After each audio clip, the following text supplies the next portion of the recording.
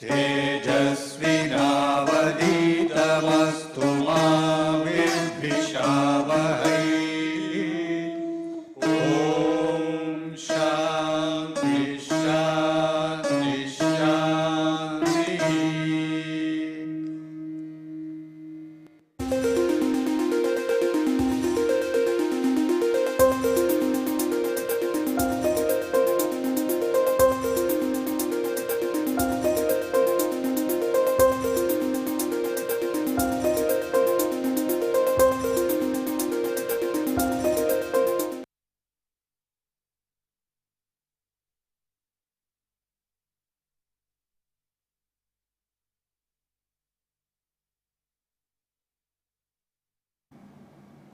Welcome back to Prestressed concrete structures. This is the second lecture on the module on transmission of prestress. In today's lecture, we shall cover post-tension members. We shall see how to design the end zone reinforcement for a post-tension member, and also we shall see how to design the bearing plate for a post-tension member.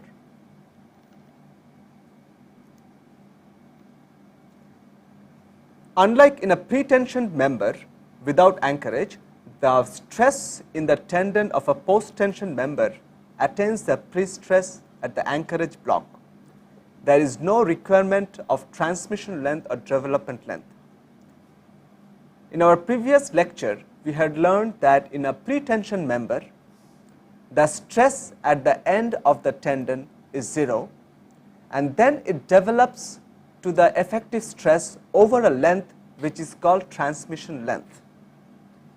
And then the stress needs to develop up to the ultimate value at the location of the maximum moment.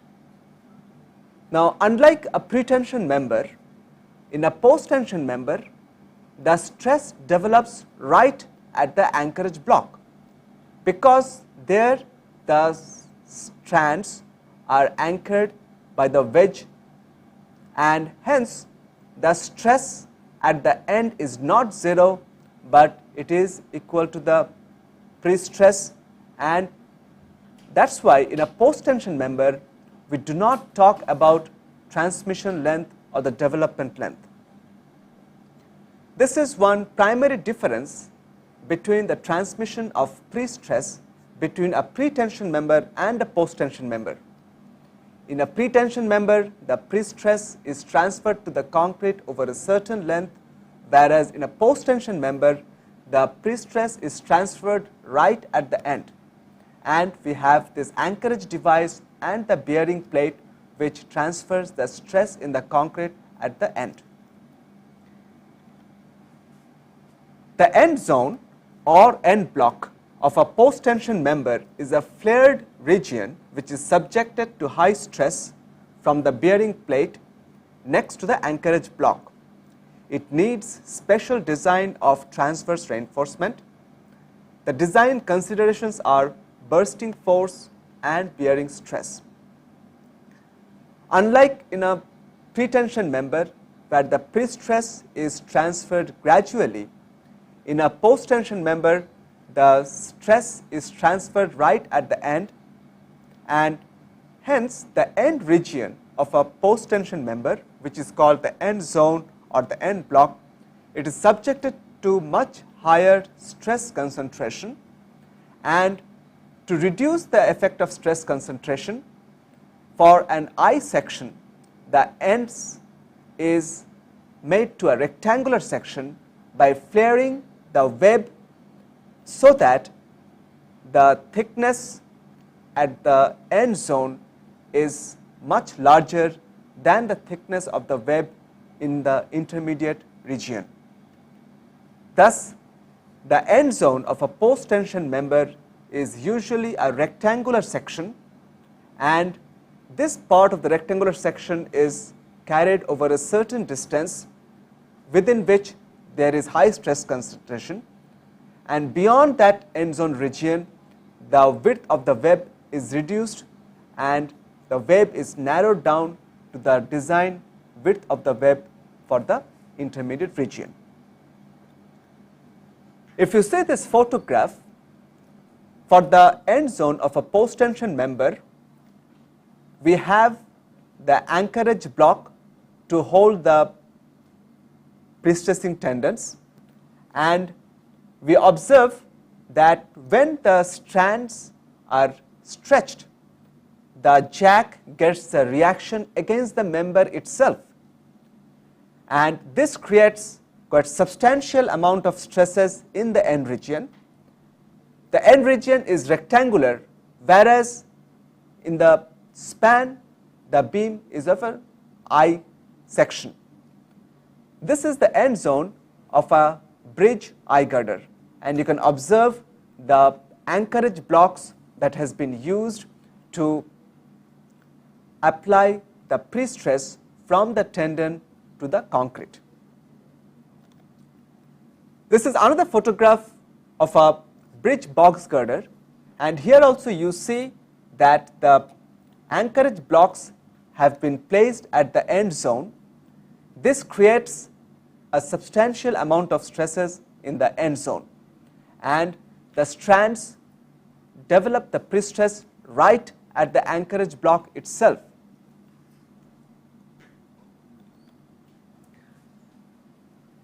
The stress field in the end zone of a post-tension member is complicated.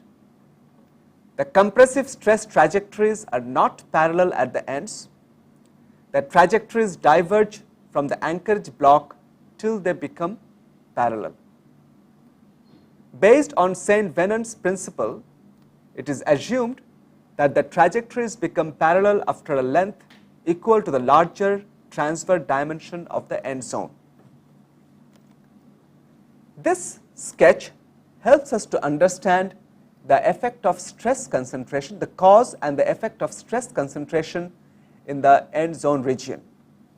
The bearing plate next to the anchorage block applies the concentrated stresses at the end of the member.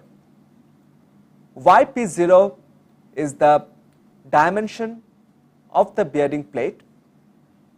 Now, after the stress is transferred to the concrete in this bearing region, the compressive stress trajectories, which are denoted by these green lines, they expand, and over a certain length they become parallel, and it is assumed that the distance within which it becomes parallel is equal to the larger dimension of the end zone. Thus, Y0 is the larger transverse dimension of the end zone within which the stress concentration effect gets reduced. Beyond Y0, the stress distribution is uniform if the pre-stressing tendon is concentric, and we do not have the effect of stress concentration beyond the length Y0. Thus, the length of the end block is equal to the larger dimension of the end zone, transverse dimension. The tensile stress trajectories are all shown by the orange lines, and here also you can see that these lines are bent and gradually they become parallel as we move towards the end of the end zone. Since the stress trajectories are not parallel, it generates tensile stresses and compressive stresses within the end zone.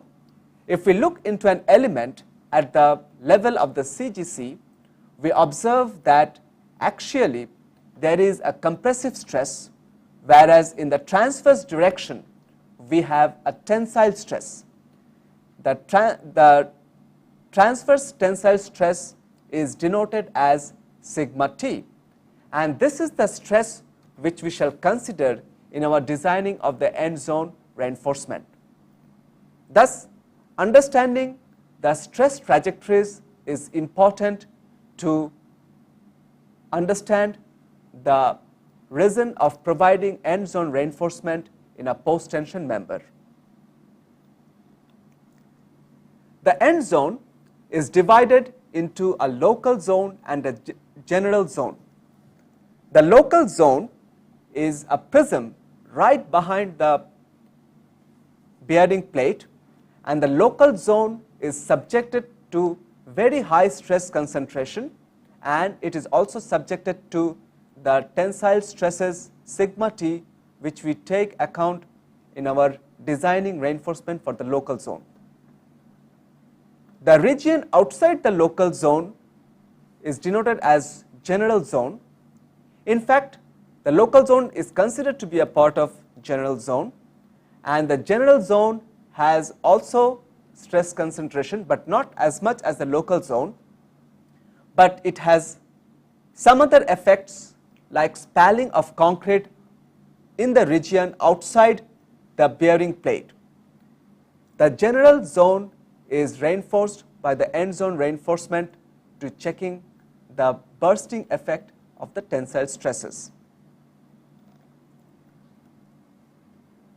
Thus, the local zone is the region behind the bearing plate and is subjected to high bearing stress and internal stresses. The behavior of the local zone is influenced by the anchorage device and the confining reinforcement.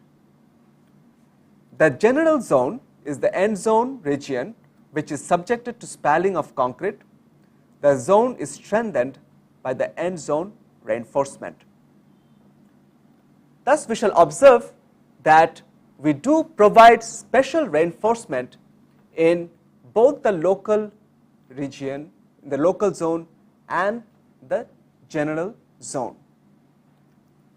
The variation of the transverse tensile stress sigma t at the level of CGC along the length of the end zone is shown in the next figure. The stress is compressive for a distance 0.1 y0 from the end. Beyond that, it is tensile. The tensile stress increases and then drops down to 0 within a distance y0 from the end. If we plot the variation of the transverse stresses at the level of CGC and along the axis of the beam, we observe that right behind the bearing plate, the transverse stresses are in fact compressive. Now, after a distance of about 1/10 of the length of the end zone, the stresses become tensile, and the stresses increases up to a maximum value, and then it decreases and it becomes negligible towards the end of the end zone. Now, we are more concerned about the tensile stress that occurs between a region 0.0 y1 to 0.0 y0 to y0. It is the 90% of the length of the end zone which is of concern because of the transverse tensile stress. And this transverse tensile stress acts in a radial direction with respect to the axis. That means it is just not vertical or it is just not horizontal, but it acts in a radial direction with respect to the axis of the beam.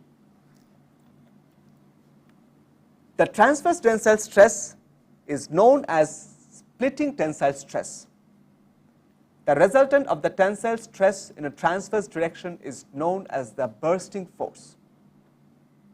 In our previous sketch, we have denoted the resultant of the stresses by a force which we are denoting as FBST, and this is termed as the bursting force.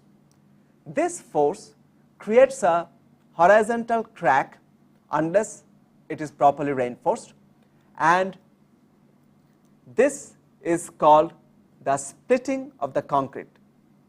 That means the splitting of the concrete refers to the horizontal crack that generates due to the stress concentration. Compared to pre-tension members, the transverse tensile stress in post-tension members is much higher. Earlier, in our lecture on pretension member, there also we have observed that there is a transverse tensile stress in the pretension member. But the transverse tensile stress in the end zone of a post-tension member is much higher as compared to the pretension member, and hence the end zone of a post-tension member needs special attention regarding the design of end zone reinforcement.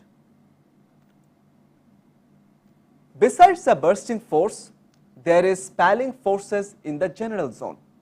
Because not only do we have the bursting force in the local zone, and also this stresses spill over to the general zone, but we also have some other forces which create spalling of concrete, and this is outside the bearing plate region, and these forces which cause spalling of concrete is termed as the spalling force.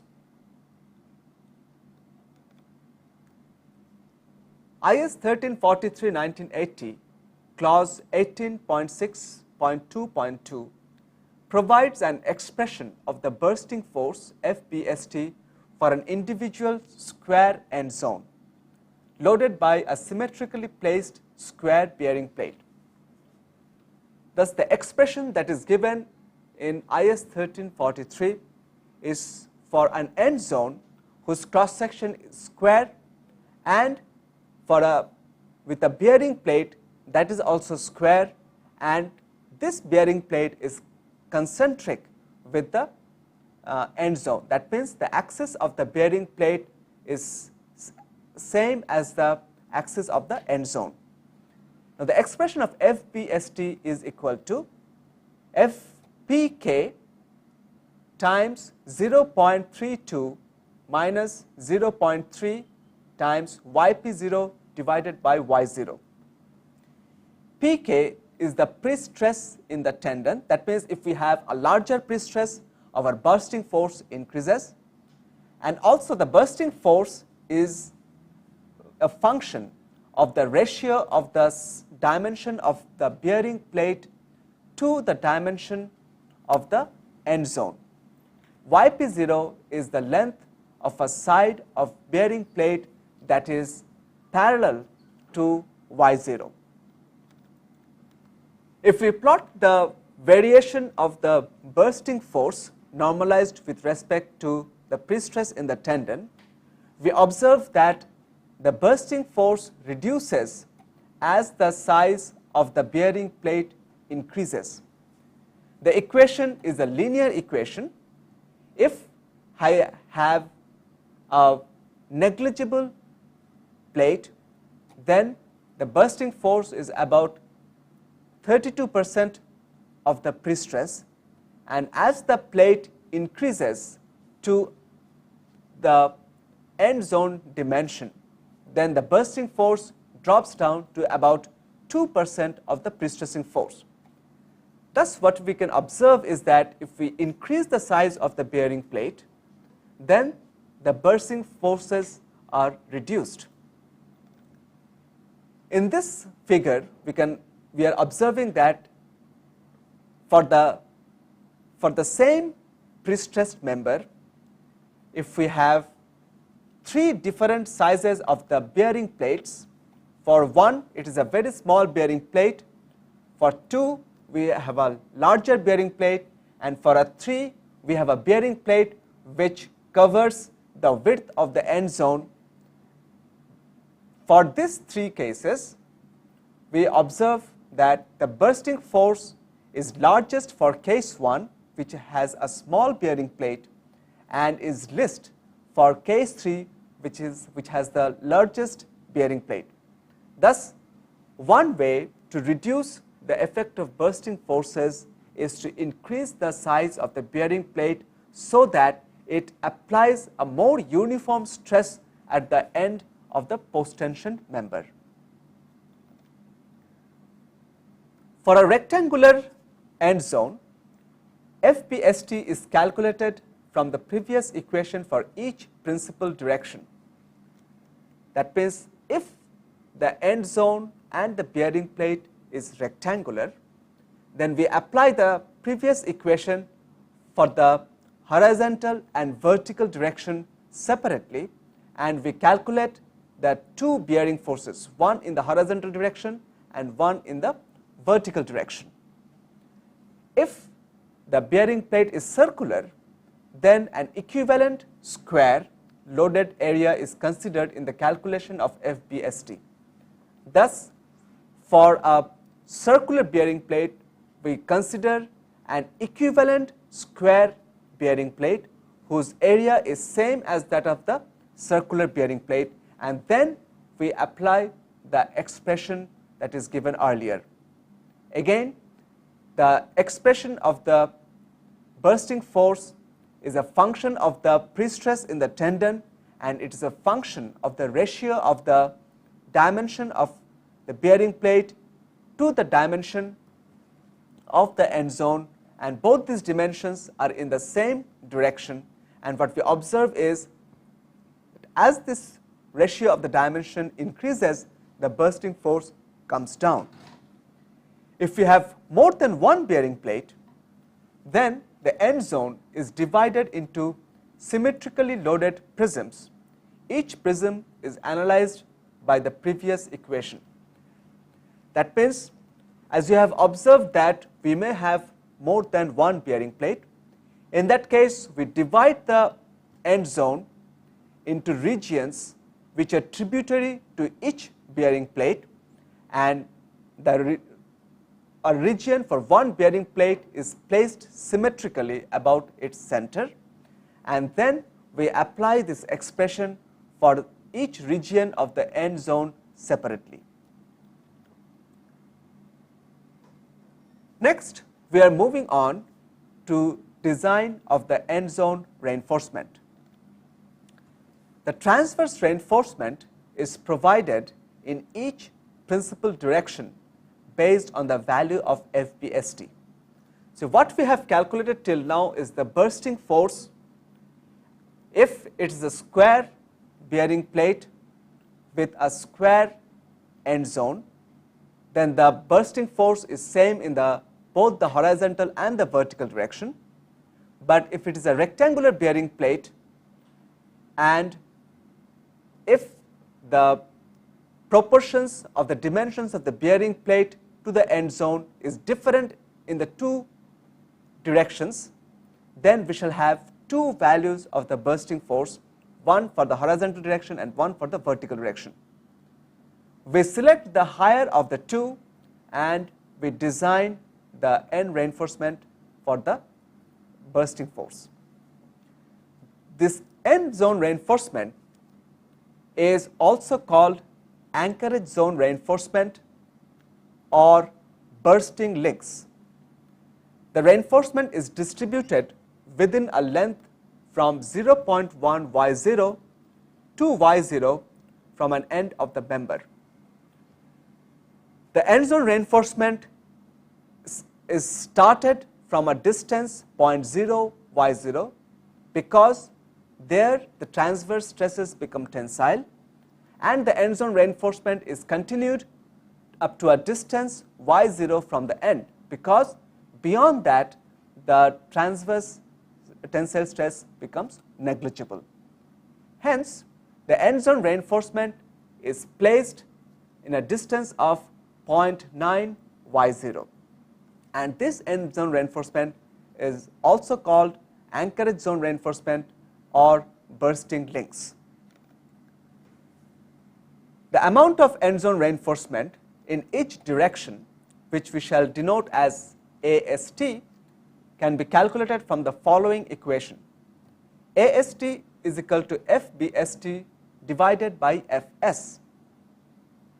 The stress in the transverse reinforcement Fs is limited to 0.87 Fy. When the cover is less than 50 millimeters, Fs is limited to a value corresponding to a strain of 0.001. Thus, when we are designing the end zone reinforcement, we are free to select the stress that we can allow in the transverse reinforcement. The maximum value is 0.87 Fy, but if the cover of the concrete to the tendons is less than 50 millimeters, then the code recommends that we reduce the allowable stress in the transverse reinforcement to a value which corresponds to a strain of 0.001. Thus, Fs will be equal to the modulus of the transverse reinforcement times 0.001. And with this value of Fs, we calculate the amount of transverse steel here, which is denoted as AST.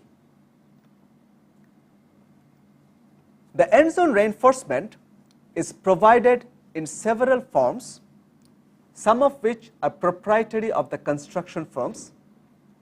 The forms are closed stirrups, mats, or links with loops. A few types of end zone reinforcement is shown in the following sketches. The end zone reinforcement can be of several types, and usually these are designed by the post-tensioned firms, and they have proprietary designs. A few of them are shown. On the left, we can observe a mat of reinforcement, and here you see that we are providing both horizontal reinforcement and vertical reinforcement. We can also provide the reinforcement in the form of links. That means instead of providing individual horizontal or vertical reinforcement, we can provide the reinforcement by having links in them. The simplest form of the end zone reinforcement is to have closed stirrups so as to confine the concrete of the end zone. The local zone is further strengthened by confining the concrete with spiral reinforcement. The performance of the reinforcement is determined by testing end block specimens.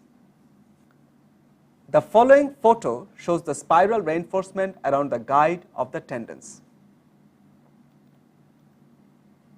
As I mentioned before, that the local zone is subjected to severe stress concentration. In order to increase the strength of the concrete, confining reinforcement is placed in the local zone in the form of spirals or helical reinforcement. And again, most of these reinforcement are proprietary of the firms manufacturing the anchorage blocks and the end devices. The performance of this type of reinforcement is usually determined by tests of the end blocks. In this photograph, you can observe that the pre-stressing strands, after it has passed through the guides, it has been anchored at the end block through the wedge and anchorage block. A part of the guide has been cut open to show the strands which pass through the guide to the anchorage block, and outside the guide a spiral reinforcement has been provided to confine the concrete to increase its strength so as to resist the internal stress concentration. There is also a pipe for the grouting of the duct after the post-tensioning operation has been done. Thus, this type of special confining reinforcement is provided in the local zone so as to reduce the effect of the stress concentration. The end zone may be made of high strength concrete. The use of dispersed steel fibers in the concrete reduces the cracking due to the bursting force. Thus, we may have special type of concrete just for the end zone. One option is a high strength concrete. We can also have fiber reinforced concrete where steel fibers are dispersed within the concrete in the end zone. This helps to check the growth of cracks in the end zone. Again, patented designs have been made for the concrete in the end zone region. Proper compaction of concrete is required at the end zone. Any honeycomb of the concrete leads to settlement of the anchorage device. Thus, during concreting, attention has to be given for the quality of the casting. Proper compaction has to be done in the end zone. If there is any honeycomb left, that will lead to the sinking of the anchorage block, and that may also lead to any accident during the post-tensioning operation. Thus, the post-tensioning operation is a testing time to make sure that the post-tension beam has good quality concrete, especially the end zone has a concrete which is sufficient to sustain the stress concentration that comes in the end zone. If the concrete in the end zone is different from the rest of the member, then the end zone is cast separately. The following photo shows separate casting of the end zone. For this bridge girder, you can observe that the end zone has been cast prior to the casting of the rest of the member.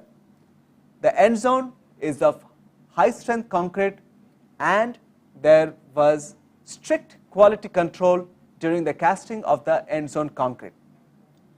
Thus, this will ensure that the effect of the stress concentration will be reduced and the end zone will be able to sustain the stresses which arises during the post-tensioning operation. Observe that the tendons will pass through these ducts and they will be fixed by anchorage blocks behind these bearing plates.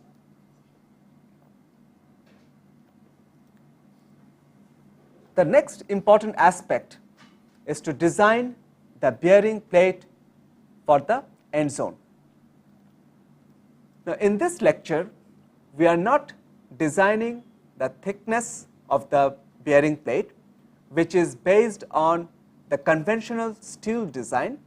Here we are more interested to design the dimensions of the bearing plate, the height and the width, so that the effect in the concrete is minimized. That means, in this lecture, the design of the bearing plate refers to the designing the length and the width of the bearing plate such that the bearing stresses in the concrete is within the allowable value. High bearing stresses is generated in the local zone. You can observe from this figure that when the bearing plate is resting against the end zone and the post tension is applied, substantial bearing stress is applied in the local zone of the end zone, and we need to check the failure of concrete due to the bearing. The bearing stress, which is denoted as FBR, is calculated from the following equation. FBR is equal to Pk divided by A punching, where Pk is the prestress in the tendon with one bearing plate, and A punching is the punching area, which is the area of contact of bearing plate. Thus, the bearing stress is the ratio of the prestressing force in one particular tendon with a single bearing plate divided by the area of the bearing plate. We are assuming a uniform bearing stress to occur over the bearing area. As per clause 18.6.2.1 of IS 1343/1980, the bearing stress in the local zone should be limited to the following allowable bearing stress, which is denoted as FBR allowable. FBR allowable is equal to 0.48 FCI times root over ABR divided by A punching. The allowable bearing stress should be limited to 80% of FCI. In this equation, A punching is the area of contact of the bearing plate, which is shown as the gray shaded area, and A bearing is the bearing area, which is equal to the maximum transverse area of end block, that is geometrically similar and concentric with the punching area. We shall explain the A bearing in the subsequent slide. Before that, let us mention that FCI is the cube strength at transfer. This is a sketch of the end view showing the bearing plate resting against the post-tension member. Thus, the code recommends a limiting bearing stress, and this bearing stress is a function of the cube strength at transfer, and also it is a function of two areas. One is the punching area, which is the area of the bearing plate, and another is the bearing area, which is the area in the concrete which is similar to the punching area, and it is concentrically located with the punching area. If we have to reduce the bearing stress, or in other words, if we are trying to increase the allowable bearing stress, then we should have adequate concrete strength. That means the post-tensioning operation can be done only when the concrete achieves the minimum strength as specified in the design calculations. Then only we shall have a high value of FCI, which will give a high value of the allowable bearing stress.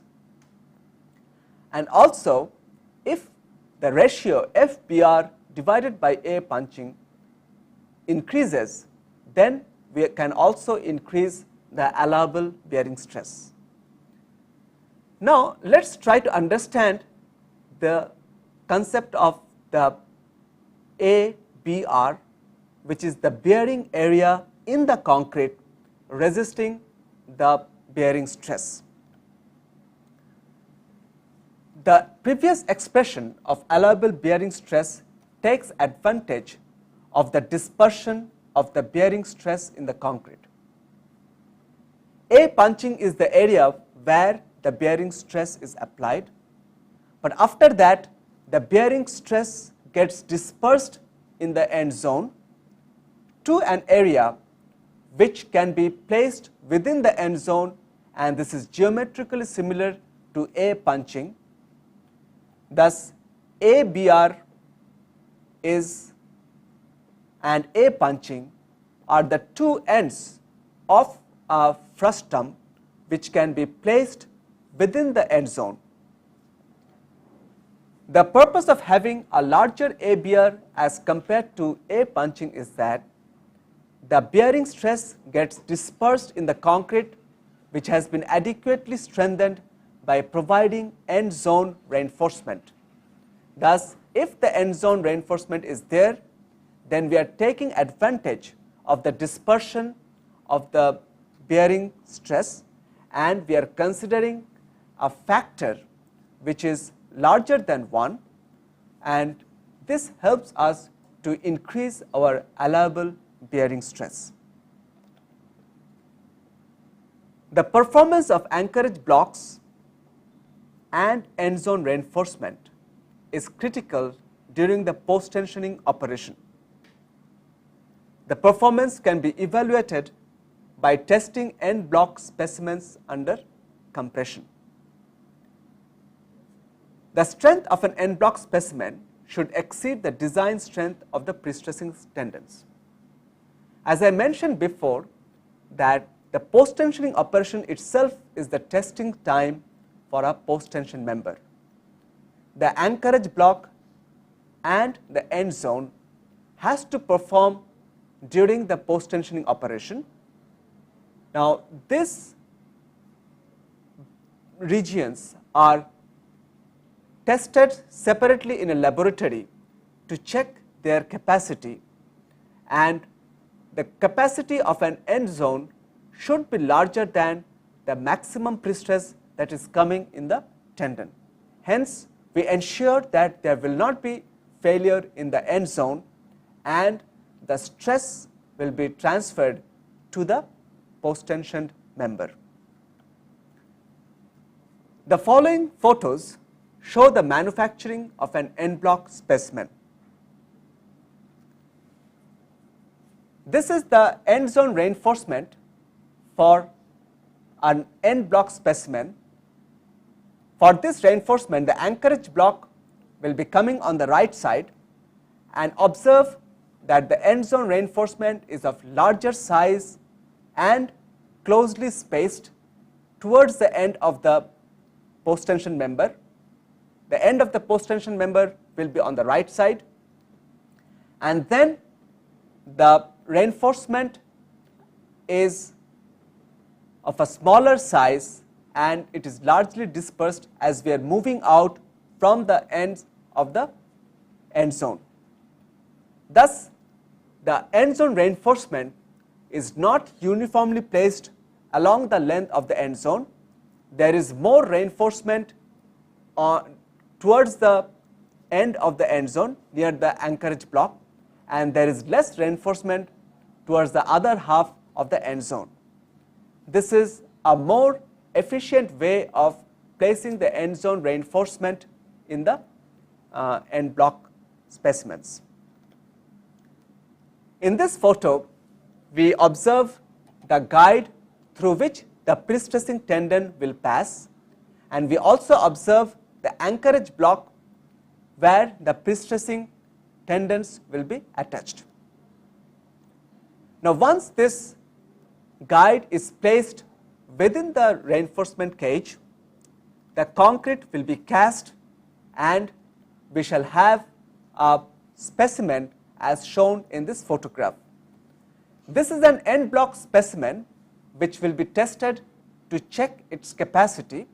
Here you can observe that this is the bearing plate, which is also the part of the guide, and the space will provide us the requisite space to put the tendons, and once the tendons are placed, then the anchorage block will be placed where the tendons will be attached.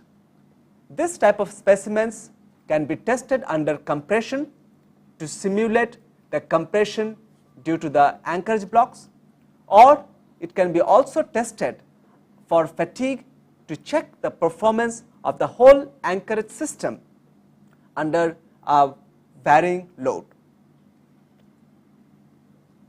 Now, let us try to understand the design of the end zone reinforcement and the bearing plate by an example. Design the bearing plate and the end zone reinforcement for the following bonded post-tension beam. The strength of concrete at transfer is 50 Newton per millimeter square. A pre-stressing force of 1055 kilonewton is applied by a single tendon. There is no eccentricity of the tendon at the ends. The section is as follows. In the span region, it is an I section with 400 millimeter wide flange.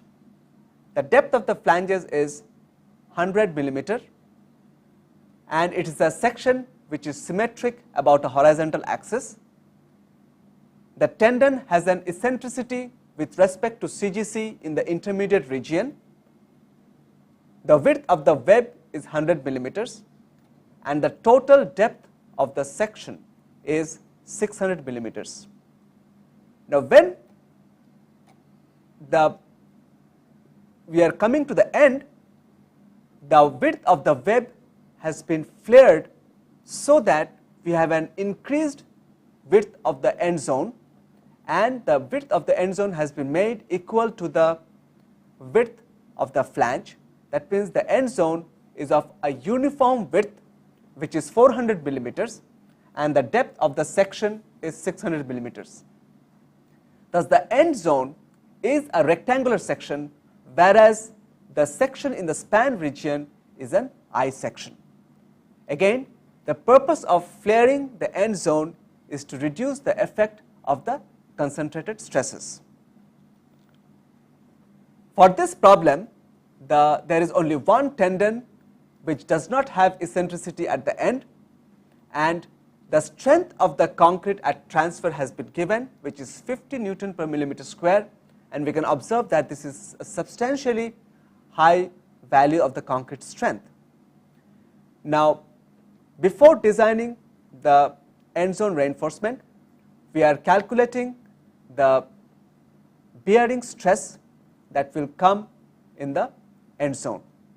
For that, we need to have a trial bearing plate, and for this problem, we are selecting a bearing plate which is geometrically similar to the end zone section, and its width is 200 millimeters, which is half of the width of the end zone, and the height of the bearing plate is 300 millimeters, which is again half of the height of the end zone.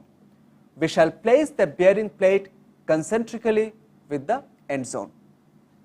The bearing stress is calculated by the following equation.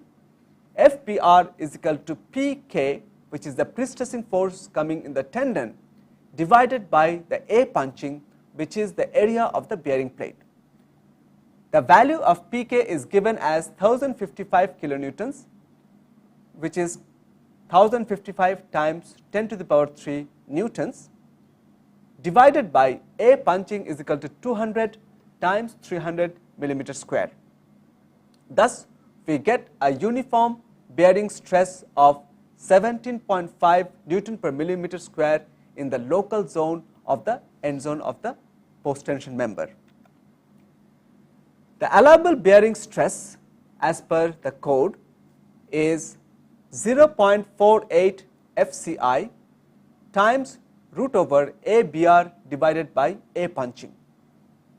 Now, FCI is given as 50 Newton per millimeter square, and ABR is a geometrically similar area in the end zone which can be placed, and here we find, since we have selected a bearing plate which is geometrically similar to the cross section of the end zone, we are able to utilize the full cross section of the end zone as ABR. Thus, ABR is equal to 400 times 600, and A punching as before, it is 200 times 300, and we get the allowable bearing stress as 48 Newton per millimeter square. But we have to check the other limit of the allowable bearing stress. The allowable bearing stress should be limited to 80% of FCI, which is 0.8 times 50 is equal to 40 Newton per millimeter square. The bearing stress which we calculated earlier is less than FBR allowable, hence it is okay. Thus, what we have found, that the allowable bearing stress is governed by the second provision, that it can be maximum of 80% of the cube strength during transfer, and based on that we found out that the allowable bearing stress is 40 Newton per millimeter square. Earlier we had found out the bearing stress to be 17 Newton per millimeter square, which is less than this allowable value. Hence, the bearing plate is of adequate dimension, which will help to have a stress which is within the allowable bearing stress of the concrete. Second, we are calculating the bursting force. Now, since it is a rectangular section, we are calculating the bursting force in two directions, one in the vertical direction and one in the horizontal direction. For the vertical direction, FBST is equal to Pk times 0.32 minus 0.3 times Yp0 divided by Y0, and remember that the values of yp0 and y0 are for the directions that is under consideration. Pk is equal to 1055 kilonewtons. Yp0 in the vertical direction is 300 millimeters. That means the dimension of the bearing plate in the vertical direction is 300 millimeters, and y0 is the dimension of the end zone for the vertical direction, which we have as 600 millimeters. Now, once we substitute the values of yp0 and y0 in this expression, we get FBST is equal to 179.3 kilonewtons. Thus, there is a bursting force of 179 kilonewtons acting at the level of CGC in the vertical direction. Next, we are calculating the bursting force in the horizontal direction.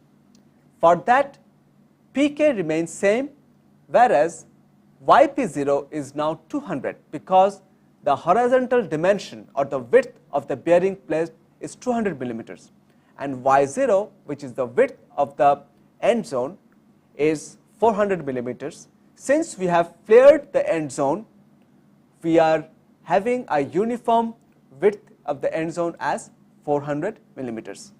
Now, once we substitute the value of yp0 and y0, we get the same value of FBST, 179.3 kilonewtons. Now, the values of the bursting force in the horizontal and the vertical directions have come out to be same because we had selected a geometrically similar bearing plate with respect to the cross section of the end zone. The cross section of the end zone was 400 by 600, and our selected bearing plate was 200 by 300. Since the ratios of the dimensions of the bearing plate and the end zone was same for both the horizontal and the vertical direction, we have got the same value of the bursting force for the two directions. Thus, our design bursting force is 179.3 kilonewtons. Next, we are calculating the end zone reinforcement. AST is equal to FBST divided by 0.87 Fy. Here, since we have adequate cover around the tendon, we are selecting the maximum allowable stress, which is 0.87 Fy, so as to reduce our end zone reinforcement, and we find that AST is equal to 179.3 times 10 to the power 3 newtons divided by 0.87 times 250, which is the selected grade of the end zone reinforcement, and we find AST is equal to 824.6 millimeter square. Thus, we have to provide confining reinforcement in the end zone, which has an area of 824.6 millimeter square. In order to design the end zone reinforcement, we are providing 2/3 of AST in the first half of the end zone. Thus, 2/3 of AST is equal to 2/3 times 824.6, which is 550 millimeter square. This much of reinforcement we are placing within 0.1 y0, which is equal to 60. Remember that here y0 is the larger dimension of the end zone, and 0.5 y0, which is 300 millimeters from the end. Thus, within the distance of 60 millimeters and 300 millimeters from the end, we are providing 2/3 of AST, which is 550 millimeter square. Select 6 number of 2-legged 8 millimeter diameter stirrups. Provide the rest 1/3 of AST, which is 1/3 of 824.6, gives us 275 millimeter square within a distance 0.5 y0, which is 300 millimeters, and y0, which is equal to 600 millimeters from the end. Thus, we are providing the rest 1/3 of the end zone reinforcement in the second half of the end zone, which is a distance from 300 millimeters to 600 millimeters from the end of the post-tension member. Select 5 number of 2-legged 6 millimeter diameter stirrups. Thus, what we observe is that in the first half of the end zone, which is closer to the bearing plate, we are selecting a larger diameter bar size and more number of bars. The spacing will be also close, whereas for the second half of the end zone, the bar size is smaller, the number is smaller, and hence the spacing will be also larger for the second half. This is the design section for the bearing plate. The dimension of the bearing plate is 200 by 300, and it is placed concentrically with the end zone, and the end zone reinforcement is provided by closed stirrups.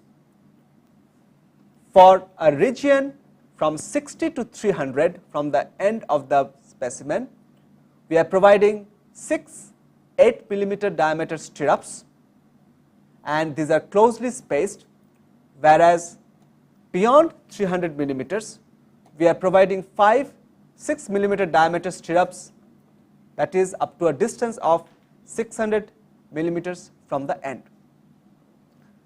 This end zone reinforcement is in addition to other shear reinforcement that may be needed in the end zone region.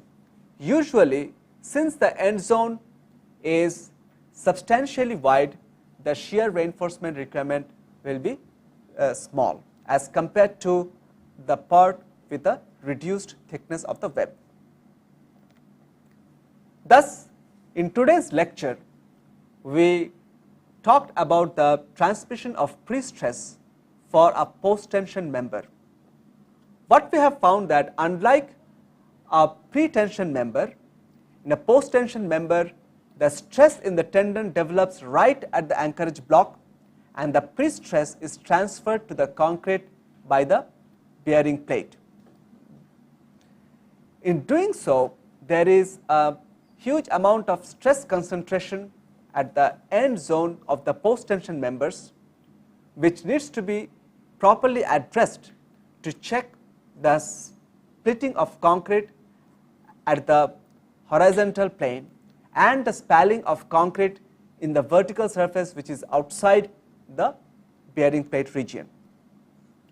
We discussed about the bursting force and the design of end reinforcement to check the cracking due to bursting force, and then we discussed about the bearing stress and how to design a bearing plate with adequate area such that the bearing stress is less than the allowable bearing stress for the concrete.